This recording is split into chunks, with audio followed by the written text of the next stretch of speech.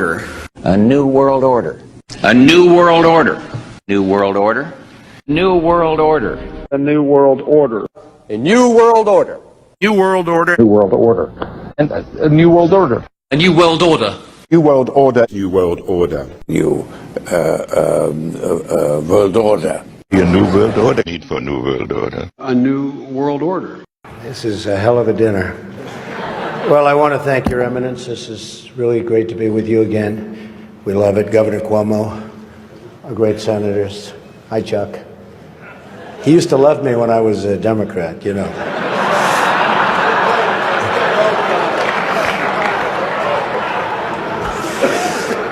Mayor de Blasio, wherever you are. Where is Mayor de Blasio? Huh? Hello, Mayor. Come on. See, in the old days, I would have known him very well, but I haven't been doing so much of the real estate anymore. A special hello to all of you in this room who have known and loved me for many, many years. It's true. The politicians. They've had me to their homes. They've introduced me to their children. I've become their best friends in many instances. They've asked for my endorsement, and they always wanted my money. And even called me really a dear, dear friend. One thing we can all agree on is the need to support the great work that comes out of the dinner. We can also agree on the need to stand up to anti-Catholic bias, to defend religious liberty, and to create a culture that celebrates life. America is in many ways divided.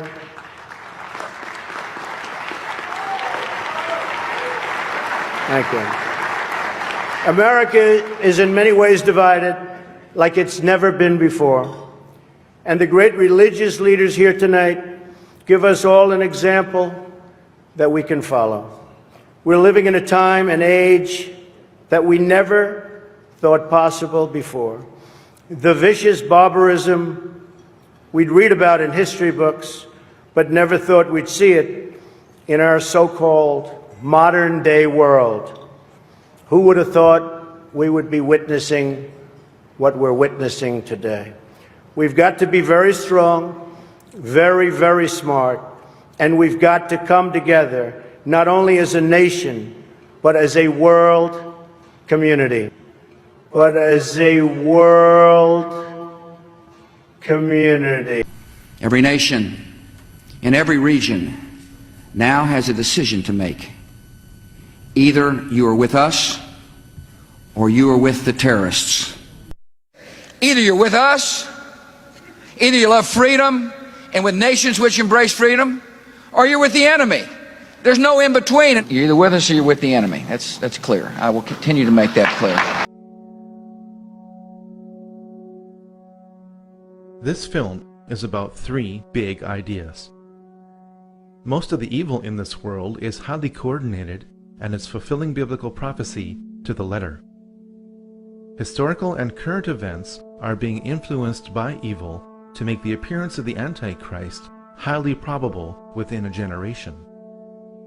Though the world is not yet in an apocalyptic state, the forces of organized evil affect us all now and must be resisted like never before.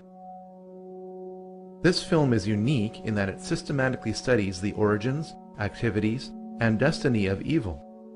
If you're a Christian, and even if you're not, you should keep watching in order to reduce the effects of evil.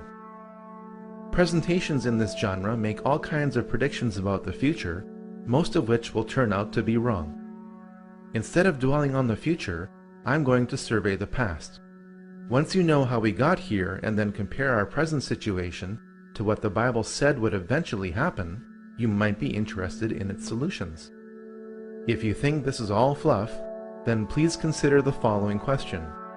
If the Bible's explanation of evil is just a myth, then why are so many anti-Christians doing everything they can to fulfill that myth? Looks like we should study the New World Order.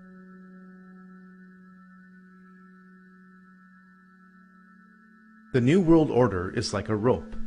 That rope is made up of cords of political, military, economic, scientific, cultural, and religious power that has always been pulling the world to a definite conclusion away from God. Recently, that pull has been getting progressively stronger. Each cord of the New World Order rope is composed of people at the outer layers who have no idea what the ultimate goal of those at the center of each cord is. As people work their way to the center of each cord, the ultimate goal of those associated with the New World Order becomes clear.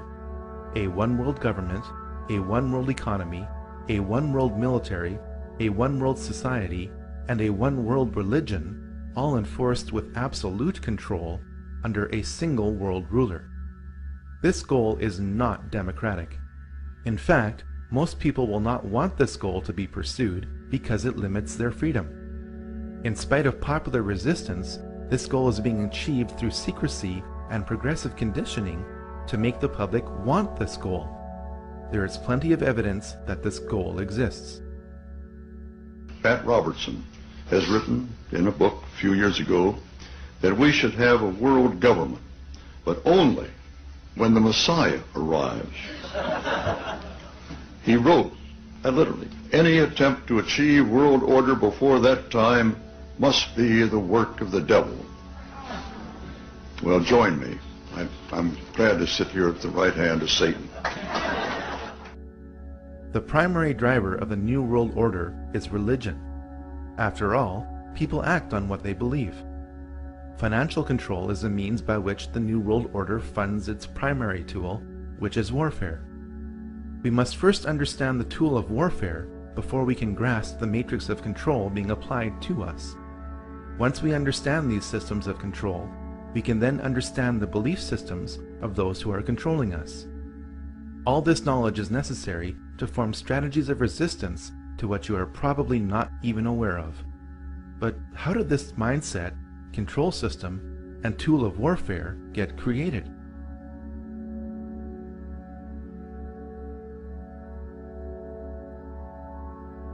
All secret societies trace their origins back to the ancient mystery religions practiced in Sumeria, Egypt, and Babylon. These ancient mystery religions were responsible for keeping a closed population in total subservience to a small elite, which were worshipped as gods, or as intermediaries between the masses and the gods. Knowledge is power. If you know when the next solar eclipse is going to occur, and others around you don't, you can demand a lot from a primitive society when you threaten to turn off the sun. People with secret knowledge of astronomy are going to try to keep that knowledge to themselves. The moment they share that knowledge, their power over any society is eliminated.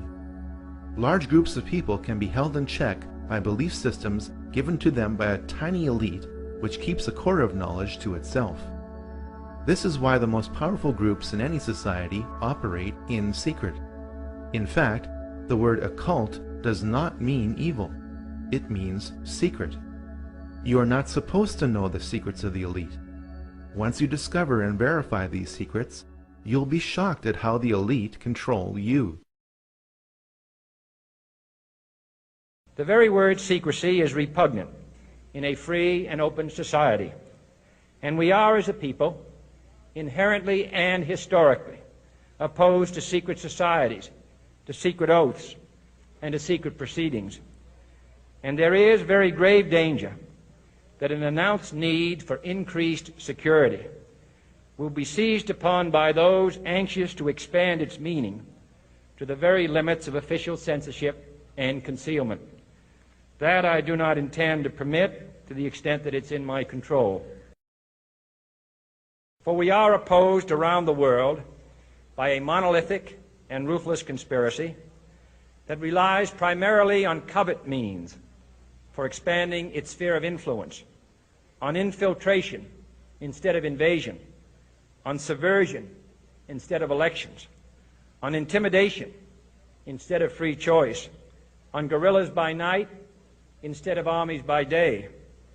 It is a system which has conscripted vast human and material resources into the building of a tightly knit, highly efficient machine that combines military, diplomatic, intelligence, economic, scientific, and political operations. Its preparations are concealed, not published. Its mistakes are buried, not headlined. Its dissenters are silenced, not praised. No expenditure is questioned, no rumor is printed, no secret is revealed. Government at all levels must meet its obligation to provide you with the fullest possible information outside the narrowest limits of national security. And so it is to the printing press, to the recorder of man's deeds, the keeper of his conscience, the courier of his news, that we look for strength and assistance, confident that with your help, man will be what he was born to be, free and independent.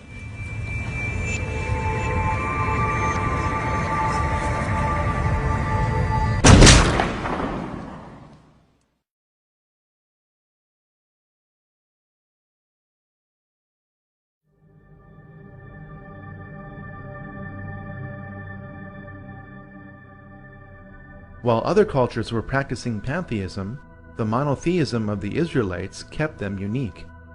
When the Israelites were true to their faith, they prospered. When they began to observe the teachings and practices of the surrounding cultures, the Israelites became oppressed by the civilizations they had previously resisted. Those within Judaism who were tempted by the occult practices of the surrounding cultures became the vehicle by which secret societies continued right up to today. Practitioners of the occult within Judaism codified their beliefs in a sub-religion which became known as Kabbalah. On the surface, Kabbalism appears to be Judaism. In reality, it is the exact opposite of Judaism. The Kabbalah offers an occult counter-explanation to the revelations of the Jewish prophets and the history of the Israelites. The Kabbalah depicts Moses as an occult figure whose purpose was to initiate the Israelites back into the more enlightened and advanced teachings of Egypt. We must grasp this if we are to understand much of what is happening in Israel today. We must also understand that the teachings of all secret societies flow through the Kabbalah.